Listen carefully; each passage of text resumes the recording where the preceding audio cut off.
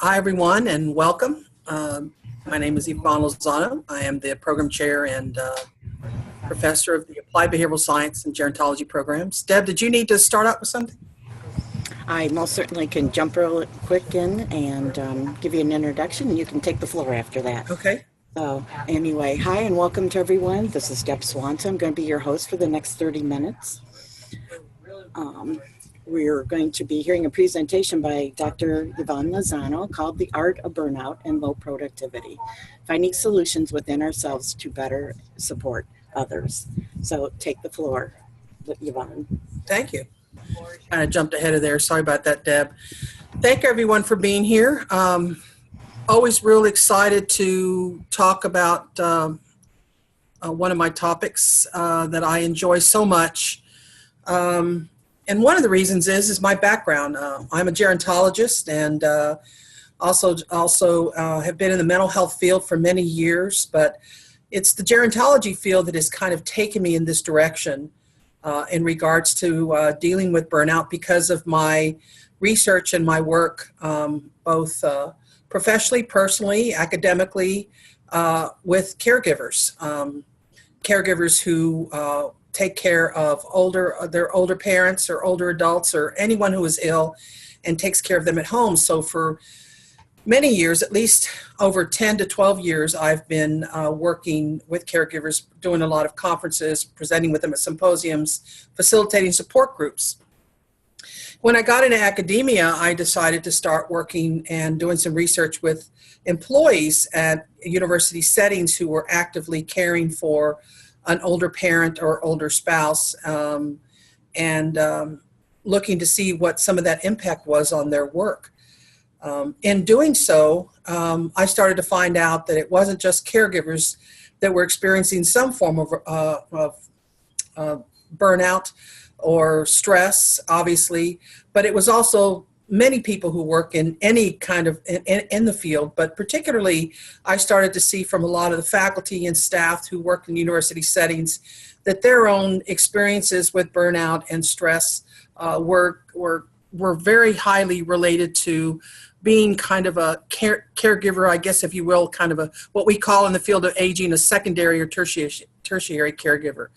And so in doing so, I started to kind of start to look at research and talk to a lot of caregivers in the presentations that I've done, and started to recognize as I talked with colleagues and started to see over the last 10 to 15 years that this was important conversation that we all needed to have. So when I started to do research for this presentation, I did this research at a conference that I recently presented at about 6 or 7 months ago called the Leading Age Conference. And it was quite well received, but I still continue to hear some of the same feedback from the participants that I'm almost certain I'm going to probably hear from some of you. But the first thing I want everyone to know is that there's no secret out there as to what we all already probably understand about burnout and stress. I'm not going to give you kind of a potion you can make tonight when you get home to kind of drink to kind of help you feel better about everything that's going on. I'm not going to give you a list of top 10 things that you can do to kind of help relieve some of that stress. I think we all kind of know what that might be. But when I started to do the research, I was looking, of course, at current research, and then I started looking at, let me see how this all started. Let me look at some older research, and I started to look at some research in the 70s, and then I just got hooked with it. I started to recognize that there really hasn't not only has there not been some of that significant change, I think what I recognize and everything that I saw is that we are the artist of our perceptions, hence kind of where the title came from.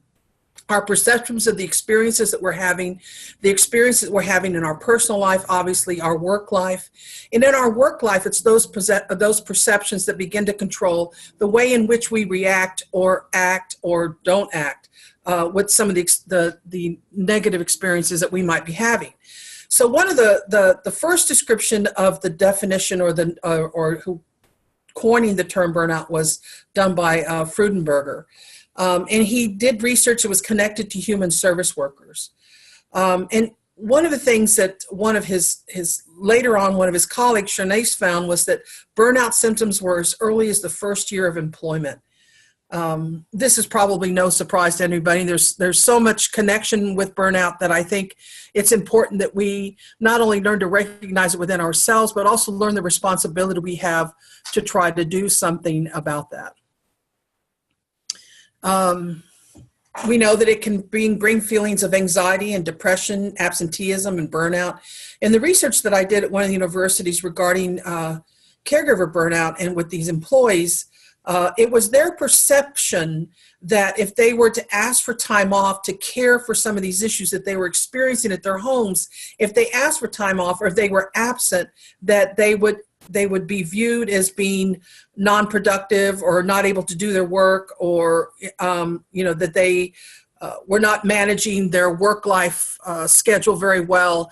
And so instead, they didn't ask off at all. They didn't take any time off when they needed it. They would try to arrange like doctor's appointments and those kind of things, and in a schedule that wasn't effective for them, nor effective for the person that they were caring for. But in doing so, it just kind of created more stress. And for a lot of us, I think this is one thing that I try to do for myself in regards to taking some time off. When I realize I can't take a whole day off or a half a day even, I just try to make sure that I take an hour off a day in that schedule. But that still doesn't work. So much of what we feel with some of the feelings that when we get to this point where we're feeling anxiety, depressive symptoms, or we have, even absenteeism, that might be part of what we're doing. And absenteeism doesn't necessarily have to mean that you're physically absent from your job. It can mean that you're emotionally, mentally even absent from your job, that you're just not into it, that you're just not there, that you can't focus. So kind of keep some of those things in mind as well. I think some of you heard me say earlier that I did this presentation. It was an hour-and-a-half presentation. So I'm going to kind of whip through this, but I hope that at least you can get some of what I'm trying to relay, some of the information. Obviously, one of the things that's important that's recognized by Freudenberger in 1974, he said that with staff burnout, there's a depersonalization, and being depersonalized from the work that you're doing takes away, especially in working with students, especially in the classroom, especially in just in any working with people, working with students one-to-one, face-to-face, or just even with working with your colleagues. Being depersonalized from the job that you're doing does not, it kind of reduces our ability to be able to be creative, to be focused, and if you just really don't want to be there. And also emotional exhaustion. Emotional exhaustion is probably one of the key components to negatively impacting productivity in our daily work lives. Someone doesn't automatically suffer from burnout. I mean, you don't wake up one day, it comes on suddenly. It's a progress. It begins to evolve. It's an increasing growth of kind of some of these symptoms that we're having, and they don't seem to dissipate. And so we know that it's a process. So it's important that we recognize these symptoms early on. As much as I've been talking about this over the last 15 years, as many presentations as I have done, and some of the research that I have done, I still find myself probably about day 10 of being burned out that I realized, gosh, I didn't even see this coming on. But if I look back at that time, you can start to recognize that some of those symptoms were already there, and that it's important that we kind of recognize that and do something about it. And so keep in mind that it's a process and it doesn't come on suddenly. So the best thing would be such as prevention, kind of doing something for yourself early on so that you can kind of prevent it from progressing and worsening, and these symptoms are worsening. Something I started to think about was a term coined by Mitchell Kapoor, who used a term in 1990 called emotional bandwidth. And we hear the word bandwidth a lot in this field. We hear the word bandwidth a lot at Ashford, particularly in relation to computers and we don't have the bandwidth to do this and we don't have the bandwidth to do that. But there's an emotional bandwidth too that I thought, what if we considered a different use of this term? What if we considered that there's only so much that we can take as human beings? And those of you or those type A personality, those people who feel like you can take on a lot, you can take on as much as you want to take on until you feel like you're almost going to explode. And then you're even kind of proud of yourself that you're able to kind of take on so much. We know that that is not a healthy way to approach any form of management within our daily lives, particularly our work lives. These are the decisions that we make for ourselves. We make those decisions to not say no when we should. We make those decisions to react to or resent the fact that we have a lot on our plate and who put it there and why they put it there and when they put it there. And so we start to build kind of these resentments and it starts to escalate. This kind of escalation that we see in the workplace will eventually expand that bandwidth to a point that we're not going to be able to manage much of this ourselves. One of my favorite things to talk about, I know that sounds kind of odd and weird, but low morale, because I think low morale is something that's so easily recognized just by productivity and just by work performance. When the work demand is high, low morale is evidence. And in this particular, whatever job you have, and working at Ashford University, working in academia, work demand is always going to be high. I know that when I first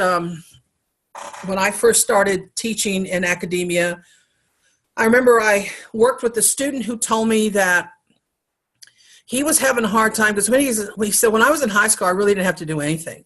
I didn't really have to study very much. I was a baseball player. I hung out with my friends. I went out with my girlfriend. I did stuff with my family. My mom washed all my clothes. My dad took care of a lot of things around the house. I really didn't have to do anything. But when I left home, all of a sudden I realized that all this stuff was on top of me, and all this stuff was on top of him because he never had really had to do some of those things before, and now he was having to take responsibility for that himself. And he just kind of got discouraged, and some of that discouragement that really just came out from some of the demand that he was putting on himself, that kind of, the demand for what he needed to accomplish, and not feeling like he had any support around that. But this study that I mentioned here, it can be mitigated by kind of feeling a sense of autonomy. Now, for a lot of us, we have that. We have the ability to feel that sense of autonomy. A lot of times we don't feel like it's truly being given to us. But there is a way to kind of gain control of that sense of autonomy. When you gain control of that by being able to gain control of the job experiences that you're having, but also the specific tasks that you're having to do on a daily basis. Accepting the fact that you might have 10 things that you have on your to-do list today, but also recognizing that you're probably going to get to 3 or 4 of them. And then some days when we do complete those 10, we just feel like the world is ours and we can do anything. The other thing that's important that's mentioned in his research is working on a cohesive team. This is kind of the support model that he talks about, and also the job control. Feeling like you have some control over what you do in your individual job task every single day, and working on a cohesive team is also very important. Now, let's talk about cohesive team just a little bit. Because my idea of a cohesive team and your idea of a cohesive team is probably very different. But you have to decide what that is with your team very early on. And sometimes there's that struggle at the very beginning of trying to develop that team. But it's a matter of being able to kind of work through some of those differences, work through some of those challenges so that team can be developed. Because without having that cohesive team, the low morale is going to maintain itself, and also the burnout is going to be more extensive and more probable. So I did this recently. I started, because I like talking about low morale so much, I started to look at the different keywords that were noted in research that I had looked at, but also in just definitions of low morale. I looked at the definition of it, and I pulled out some of the words, and I did this Wordle. And if you notice, the number one word that was most noted in all of these definitions in the research that I saw was the word negative. Kind of feeling negative, unhappy, low productivity, low motivation, lack of performance, feeling sad, feeling a lack of commitment. But one thing I saw in a couple of research was the word gossip. And with low morale comes the word gossip, because there's a tendency to gossip more if your morale is low. I'm definitely going to look that up some more and look at some more research to solidify more of my comments, but I do think that is important to mention. I think I have a sense, this is just a sense, or maybe I'll just start some gossip, that people are probably shaking their head yes, that a gossip is part But I never really made that connection. Others may have, but I never really made that connection of gossip to low morale.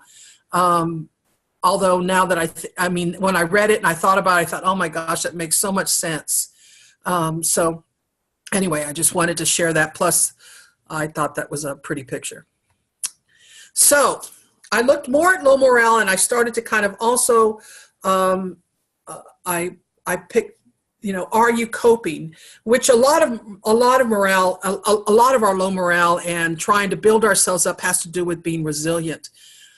But when you have low morale, I just have this whole list. There's a lot of things there. I'm not going to read them all out to you, but these are things that you can find yourself. This is what starts to happen. This is how you begin to see it evolve. It becomes toxic to some extent. I like the zombie-like behavior because that's just something that I see. But I have this little kind of thing that I wore at Halloween that I wanted to share with each of you.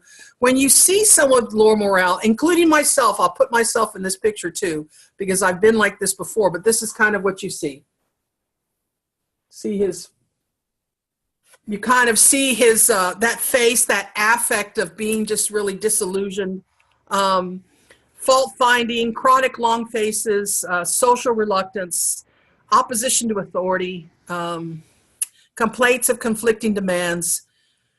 And my favorite, I think, is the deadly silence at meetings, because these are all things you should start to recognize, not only about others or your team, but yourself.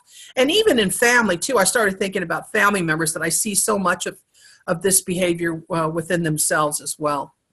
I'd love to be able to stop and talk about this, but I know we've got to move on. So this was it. You know, sometimes things just don't work out the way we'd like them to.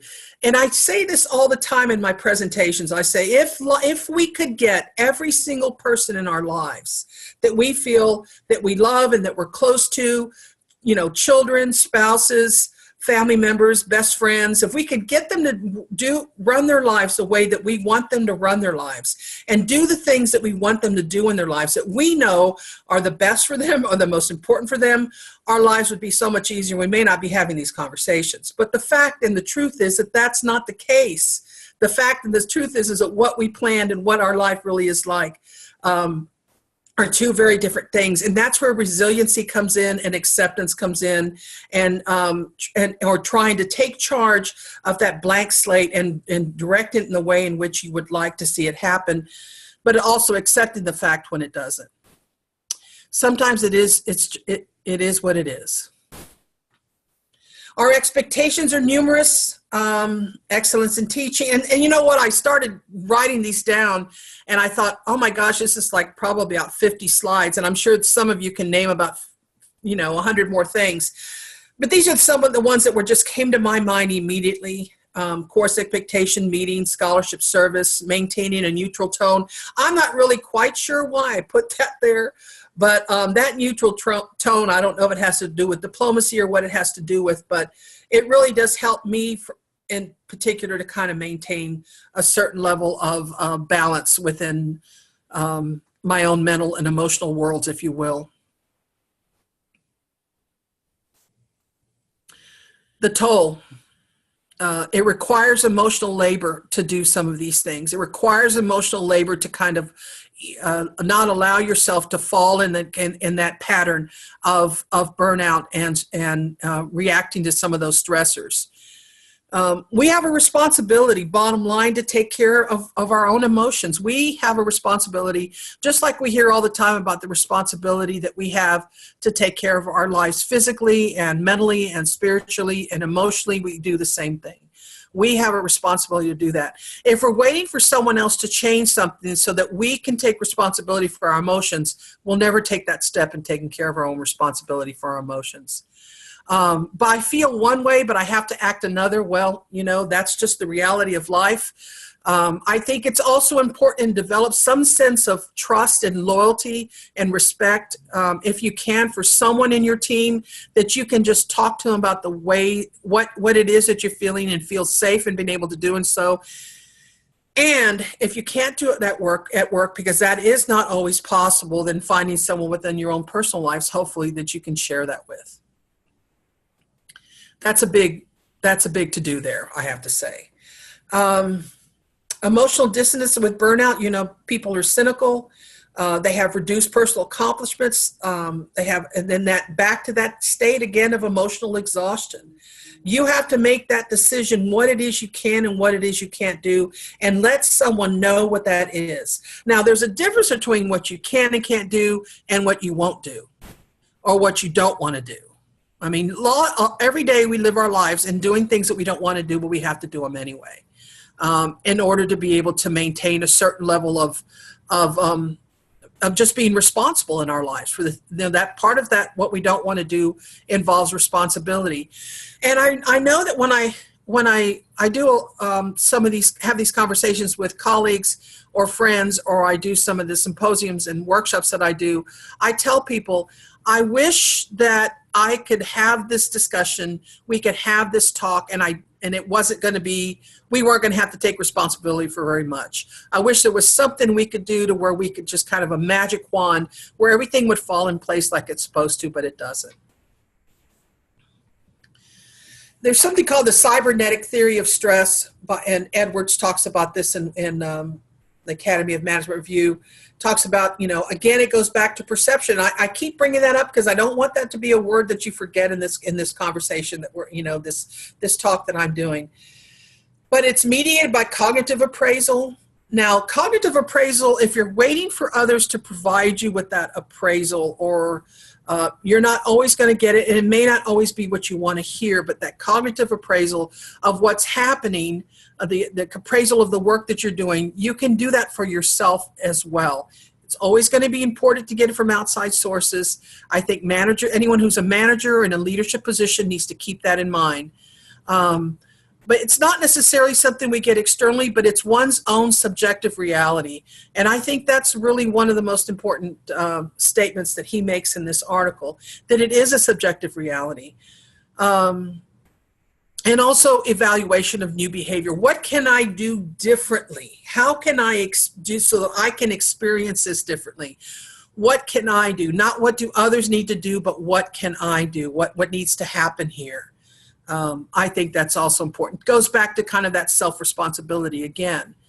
Now let's look at a little bit about stress. Now the definition here by Edwards, he says it's a discrepancy between a perceived state and desired state. Again, I love that definition because it goes back to perception. Yes, part of what stresses us out is that we don't have the desired state, or maybe we do have it closer in front of us than what we think, but because of our perceptions, we lack the ability to be able to see that it's right there in front of us, and it's not very far and it's not very hard to reach.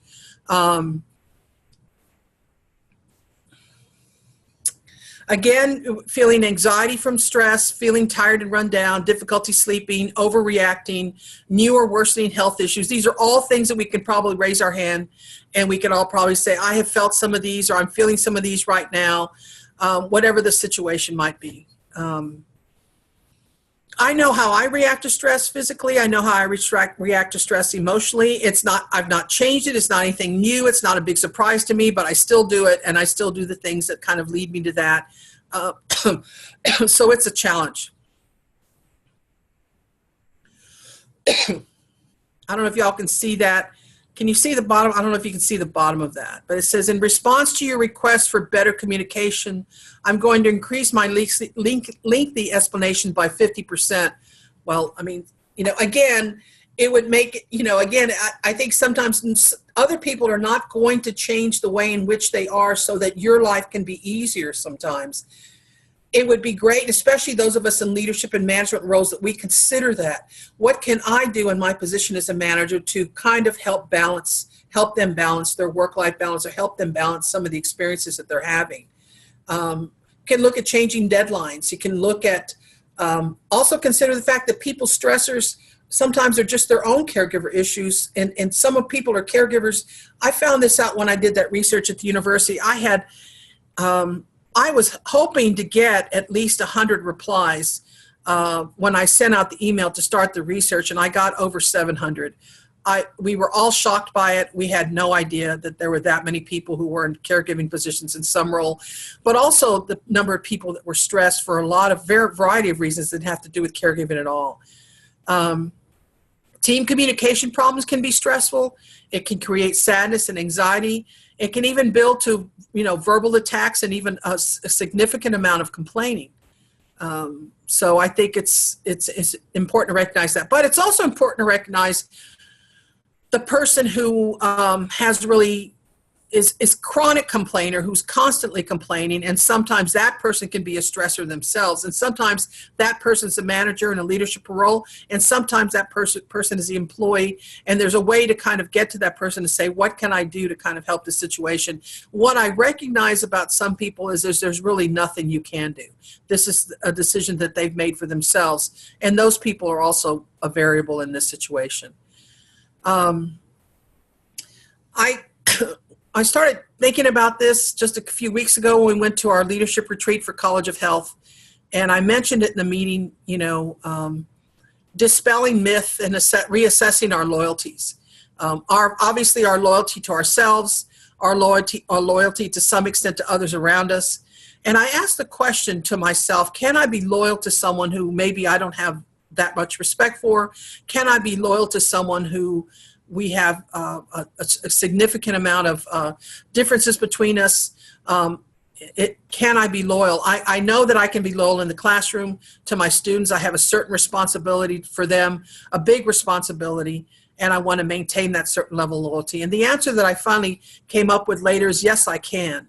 I think that it's you have to be able to kind of separate what some of those perceptions are to kind of help you get to that point where you do want to create a sense of loyalty and find the good in those individuals. But also recognizing they may not turn around and do the same for you, but that's not the reason we're doing all this, is it? Are we running low on time, I think, aren't we? Let's see. How can we increase this emotional bandwidth? Change how you take information in and respecting your limits. Take time out to process your feelings and don't avoid. That's a big one. And learning how to soothe yourself when you feel overwhelmed. For some people, it's exercise. For some people, it's reading. For some people, it's going for a walk. No matter what it might be, I think those things are important.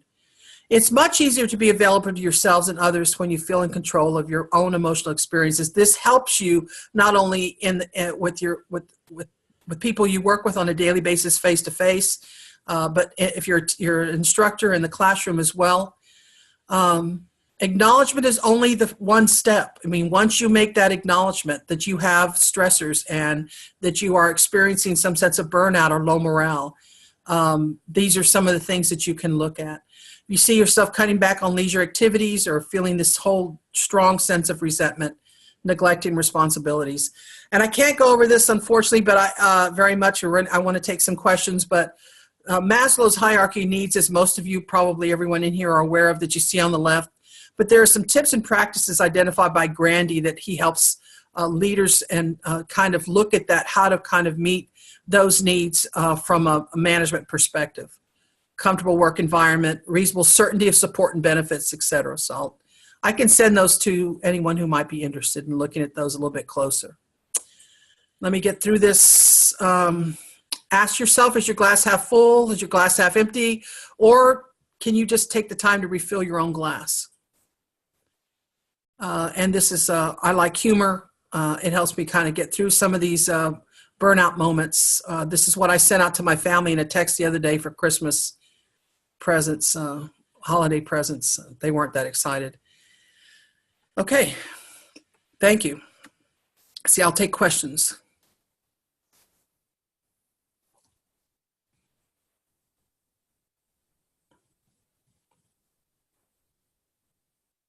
Deb, are we ready for questions? Thank you, Lynn. Absolutely. I put a note in the chat if there's some people want to post some questions that you can field real quickly. We've got about 2 minutes left. I agree, Lynn. It would be, I'm just excited about that gossip I saw. I'm going to start looking that up. Yeah, Jen, it's true. Caring for ourselves. One of my talks I do for caregivers is caring for ourselves while caring for others. I think that's also reflective in the workplace for us as well.